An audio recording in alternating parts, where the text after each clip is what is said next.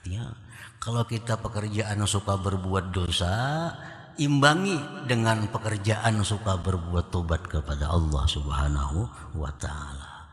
Tobat kepada Allah, berbuat dosa lagi, tobat lagi, berbuat dosa lagi, tobat lagi. Nah, itu Allah suka dengan perilaku yang demikian. Yang Allah tidak suka orang yang melakukan dosa tapi tidak tobat kepada Allah Subhanahu wa taala. Itu yang dibenci, yang dimurkai oleh Allah.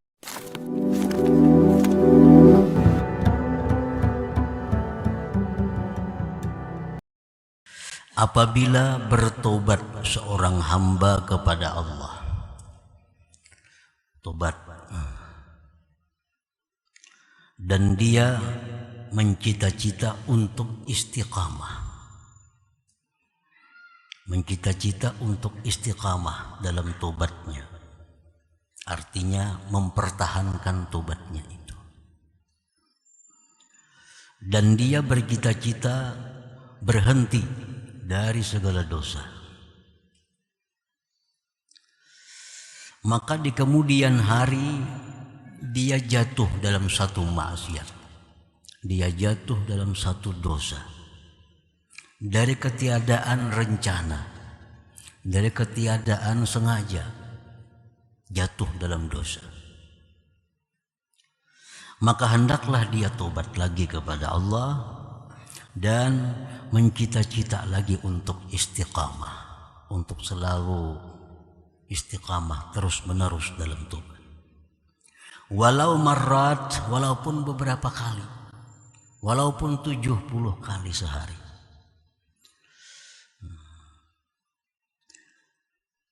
Karena barangkali dosa itu adalah merupakan dosa yang terakhir yang ditakdirkan Allah kepadanya. Nah, para muhibbin rahimakumullah, jadi tobat kepada Allah ini tidak ada batasnya. Berapa kali sehari kita tobat, makin banyak tobat maka Allah makin suka kepada kita. Nah, pagi hari habis salat subuh kita tobat kepada Allah, segala dosa kita pisahkan, kita hentikan, kita sesali, kita bercita-cita untuk tidak mengulang lagi. Nah, tobat kepada Allah dan berjanji bahwa istiqamah dalam tobat ini. Ternyata jam 8 pagi jatuh dalam dosa. Entah melihat sesuatu yang dilarang Allah, mendengar sesuatu yang dilarang Allah, mengucap sesuatu yang dilarang Allah, jatuh dalam dosa. Nah, tobat lagi kepada Allah, tobat lagi dan berjanji lagi untuk istiqamah dalam tobat itu. Tahu-tahu jam 10 pagi dosa lagi. Nah, tobat lagi kepada Allah, bercita-cita lagi untuk istiqamah dalam tobat. Ternyata jam 12 melakukan dosa lagi, marrat, berulang-ulang. Maka tobat lagi kepada Allah, bercita-citalah untuk meninggalkan segala dosa itu. Nah, kenapa demikian kita selalu disuruh untuk tobat, untuk tobat? Karena siapa tahu itu dosa yang terakhir untuk kita. Siapa tahu dosa yang kita perbuat jam 12 ini dosa yang terakhir yang ditakdirkan Allah untuk kita. Nah, para muhibbin rahimakumullah, jadi artinya bahwa tobat itu jangan sampai menunggu. Jangan sampai menunggu. Berbuat dosa di pagi hari ditunggu sampai habis asar tobat. Nah, jangan demikian. Begitu jatuh dalam dosa, tobat kepada Allah. Asy-syaitan qad yuwaswisu ilaih kun ala ya'sin minal istiqamah wa ala yakinin bi anna taubatak ghairu maqbulah. Fa khairun laka an ta'uda ilal ma'siyah wa la tatuba ila Allah li'annahu la yuridu bikal khair. Syaitan ini kadang-kadang memberikan masukan kepada kita. Syaitan memberikan was-was kepada kita. Ujar syaitan, wahai fulan, kalau demikian jam 8 tobat, jam 9 melakukan dosa lagi. Tobat lagi jam 10 dosa lagi. Nah kalau demikian, ujar syaitan, engkau ini sudah tidak ada harapan lagi untuk istiqamah. Engkau sudah tidak ada harapan lagi untuk istiqamah, untuk lurus dalam tobat. Buktinya sejam melanggar, sejam tobat. 1 jam melanggar, tobat lagi. Itu ujar syaitan adalah bahwa engkau tidak ada harapan untuk istiqamah dalam tobat itu. Dan yakinlah engkau bahwa Allah tidak menerima tobat engkau itu. Nah ini masukan syaitan kepada kita. Karena ujar syaitan, kalau tobat yang diterima itu pasti akan menjauhkan dari dosa. Nah ini 1 jam tobat dosa, 1 jam tobat dosa. Ini bukti bahwa tobat engkau ditolak oleh Allah. Sebaiknya engkau kembali kepada maksiat. Kada perlu tobat lagi sudah kepada Allah. Karena Allah tidak menghendaki engkau ini jadi orang baik. Allah tidak menghendaki engkau menjadi orang baik. Nah itu bagian dari tipu daya syaitan kepada kita. Atau bisa pula syaitan mewaswisi kepada kita, jangan tobat, kumpulkan dosa sebanyak-banyaknya. Jadi kena tobat sekalian. Nah itu pun salah satu daripada godaan syaitan. Para muhibbin rahimakumullah. Nah kalau syaitan sudah mewaswisi seperti itu di dalam hati kita, nah syaitan sudah memberi masukan demikian dalam hati kita, falyaqul ilai, jawab syaitan tadi. La'alla dzalik akhiru dzambin qaddira alayya. Wahai syaitan, ini aku mesti tobat nih. Aku mesti tobat karena siapa tahu ini dosaku yang terakhir. Ini mungkin bisa jadi dosaku yang terakhir. Habis aku tobat ini mungkin bisa mati. Karena umur tidak ada yang tahu selain Allah. Nah, itu maksudnya faqad yakunu dzalik akhir dzambin qaddira alai. Wahai syaitan, aku mesti tobat. Nah, karena siapa tahu ini dosaku yang terakhir yang ditakdirkan Allah kepadaku. Inna rabbi ghafurun rahim. Wahai syaitan, bahwa Tuhanku itu pengampun lagi penyayang. Walaupun aku 1000 kali sehari berbuat dosa, aku selalu tobat, Allah mengampuni dosaku. Dan Allah tidak akan marah kepadaku dengan demikian. Yuhibbut ta'ibin, Allah itu cinta kepada orang yang tobat. Nah 3 perkara itu cukup untuk melumpuhkan tipu daya syaitan yang menggoda kita untuk meninggalkan tobat atau menunda tobat tadi. Nah para muhibbin rahimakumullah, Allah Subhanahu wa taala berfirman, Qul ya ibadiyalladzina asrafu ala anfusihim la taqnatu min rahmatillah. Katakan wahai Rasul, hai hamba-hambaku yang telah melampau batas atas diri mereka. Hamba-hambaku yang melampau batas artinya yang banyak melakukan maksiat, yang banyak melakukan dosa-dosa. Katakan kepada mereka, janganlah putus asa dari rahmat Allah. Jangan putus asa. Jangan beranggapan dalam hati, aku tidak mungkin jadi orang baik. Aku tidak ada harapan jadi orang yang saleh. Karena banyaknya dosa yang kulakukan, zina, riba, minum arak, judi, menipu, mencuri. Banyaknya dosa yang kau perbuat, berat untuk jadi orang baik. Nah, anggapan seperti itu dilarang oleh Allah. La taqnatu min rahmatillah. Jangan putus asa dari rahmatnya Allah. Wa qala ta'ala, firman Allah, la yai'asu min rauhillah illal qaumul kafirun. Orang yang putus asa dari rahmat itu, itulah orang-orang yang kafir kepada Allah. Orang yang merasa bahwa dengan banyaknya dosa Allah kada akan mengampuni dosaku, itu anggapan orang-orang yang kafir kepada Allah. Atau kita menganggap orang, wah itu luar biasa jahatnya, Allah kada akan mengampuni dosanya. Merampok ada lawan inya, mencuri ada lawan inya, semuaan ada lawan inya. Itu terlalu berat lawan Allah. Allah kada akan mengampuni dosanya. Nah ini sikap orang yang kafir kepada Allah. Wa qala ta'ala, dan firman Allah, innallaha yuhibbut tawwabin wa yuhibbul mutatahhirin. Sesungguhnya Allah cinta kepada orang yang tobat, kepada orang yang tobat, dan Allah cinta kepada orang-orang yang mensucikan dirinya.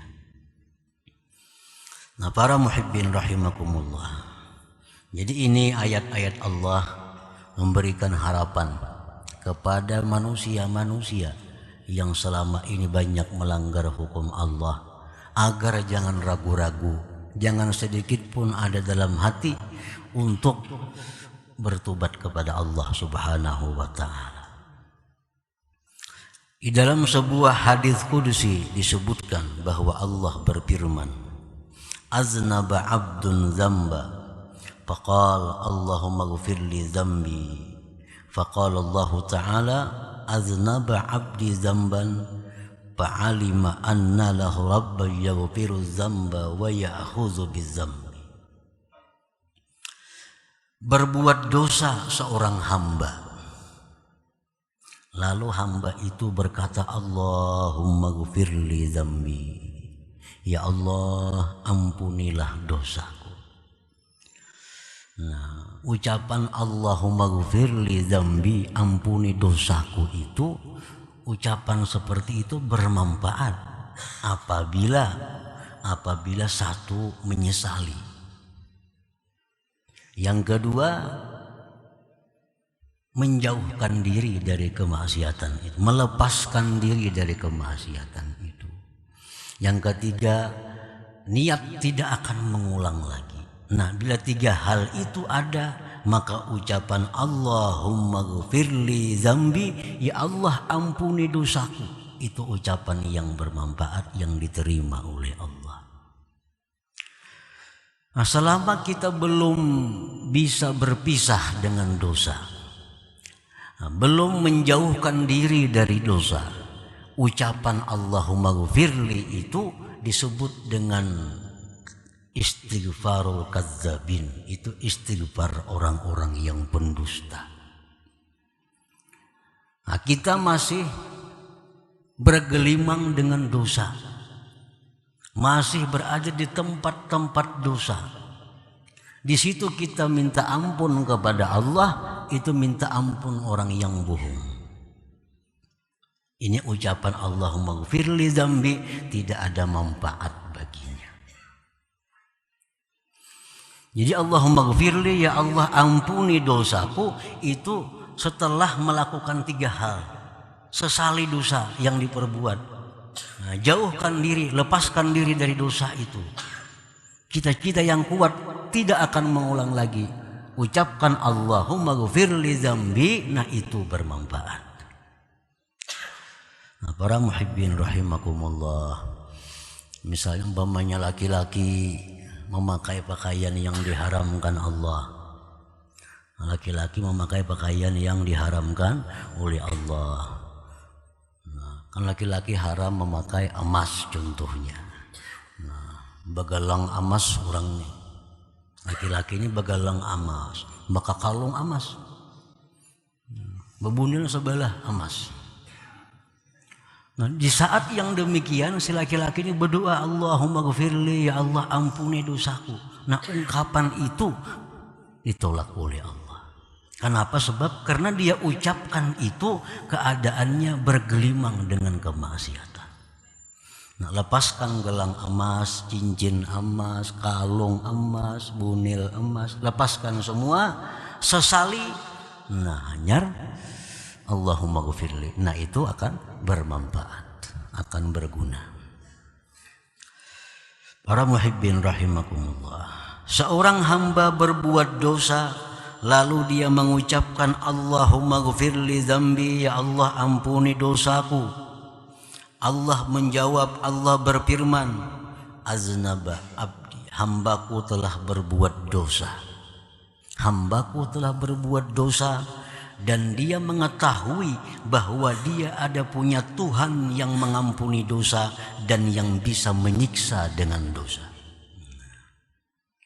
Itu adalah ungkapan Allah.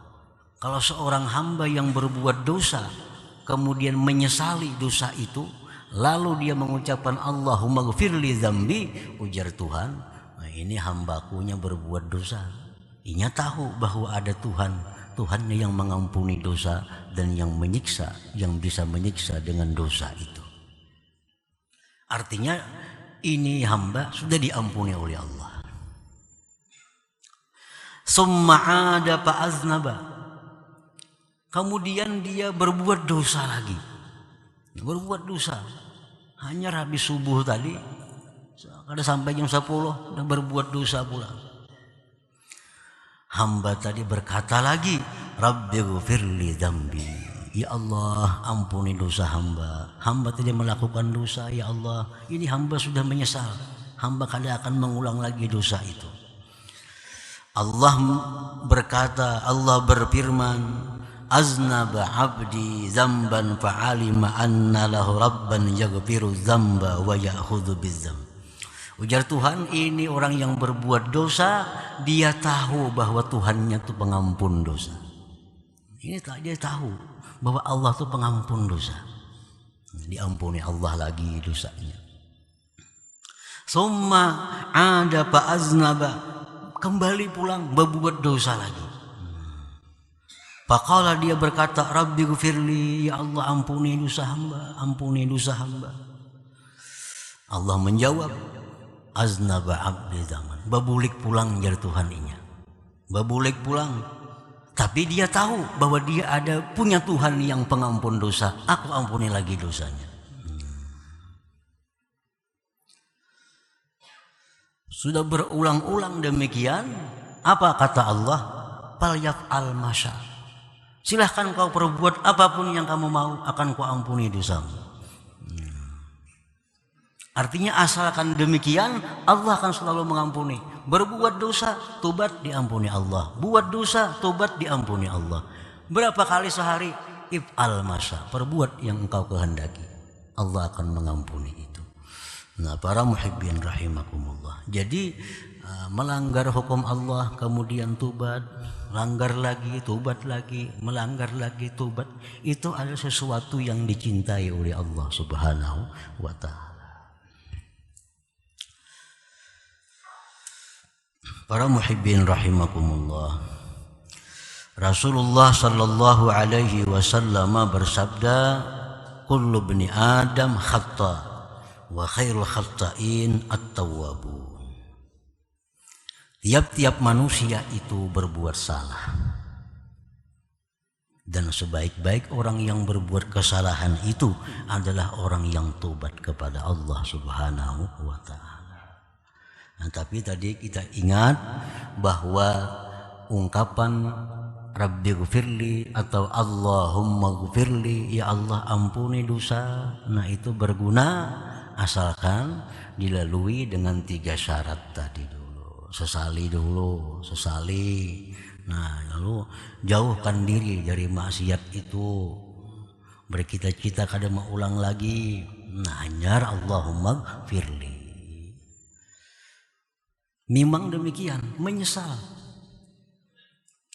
melakukan dosa, tapi 1 jam kemudian berubah lagi hatinya, kepingin lagi dengan dosa. Nah, kan hati ini kalbun bulak balik, artinya jam ini istiqamah, jam berikutnya bisa berubah. Nah, perbuat demikian, Allah akan suka kepada kita. Wa qala sallallahu alaihi wasallam, dan sabda Rasulullah sallallahu alaihi wasallam, innallaha yuhibbu kulla mufattanin tawwab. Innallaha yuhibbu kulla mufattanin tawwab, sesungguhnya Allah mencintai tiap-tiap orang yang sering berbuat dosa dan sering tobat kepada Allah.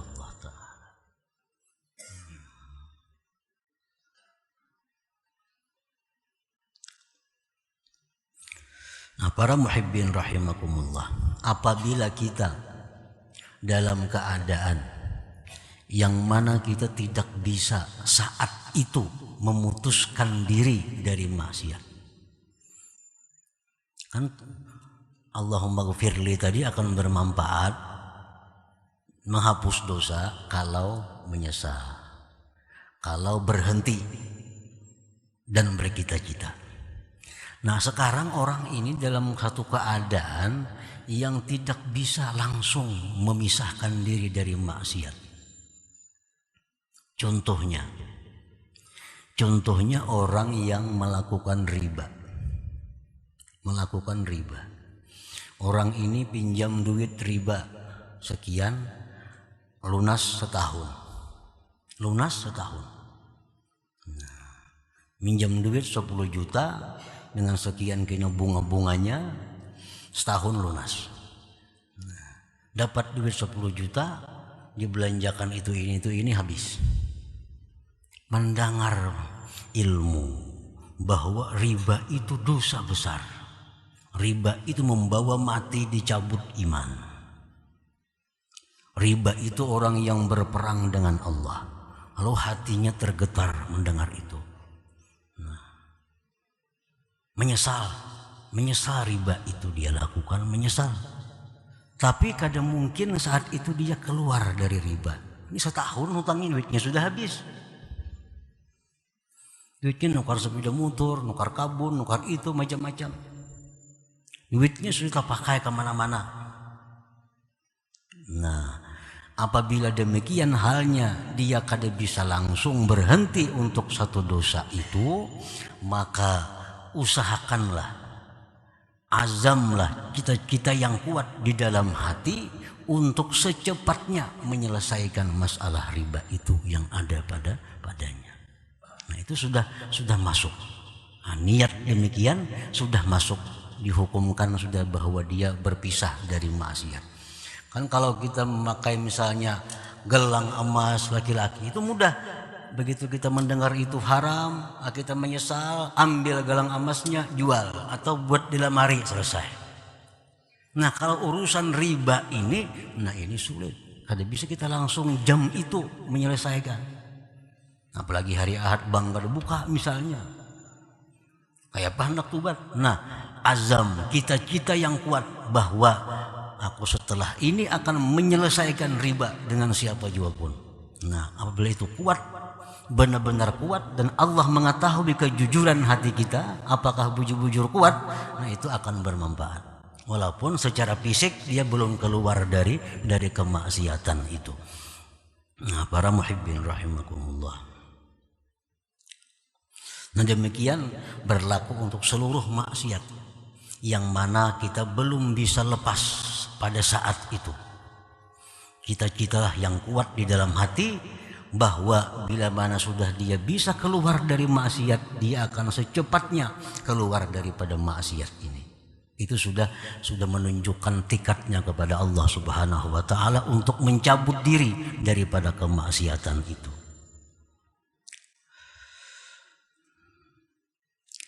Qala al-Imam Al-Ghazali rahimahullah, berkata Imam Ghazali rahimahullah, wa kama takhazta dzamba wal auda ilaihi hirfatan fattakhidit taubata wal audata ilaiha hirfatan.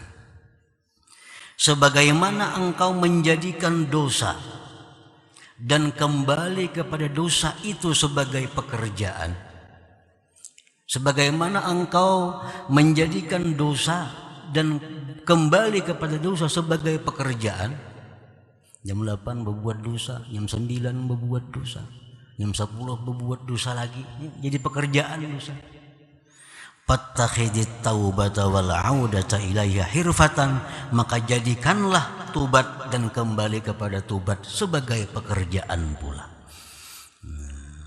Artinya kalau kita pekerjaan suka berbuat dosa, imbangi dengan pekerjaan suka berbuat tobat kepada Allah Subhanahu wa taala. Tobat kepada Allah, berbuat dosa lagi, tobat lagi, berbuat dosa lagi, tobat lagi. Nah, itu Allah suka dengan perilaku yang demikian. Yang Allah tidak suka orang yang melakukan dosa tapi tidak tobat kepada Allah Subhanahu wa taala. Itu yang dibenci, yang dimurkai oleh Allah. Suka berbuat dosa tapi tidak suka tobat kepada Allah.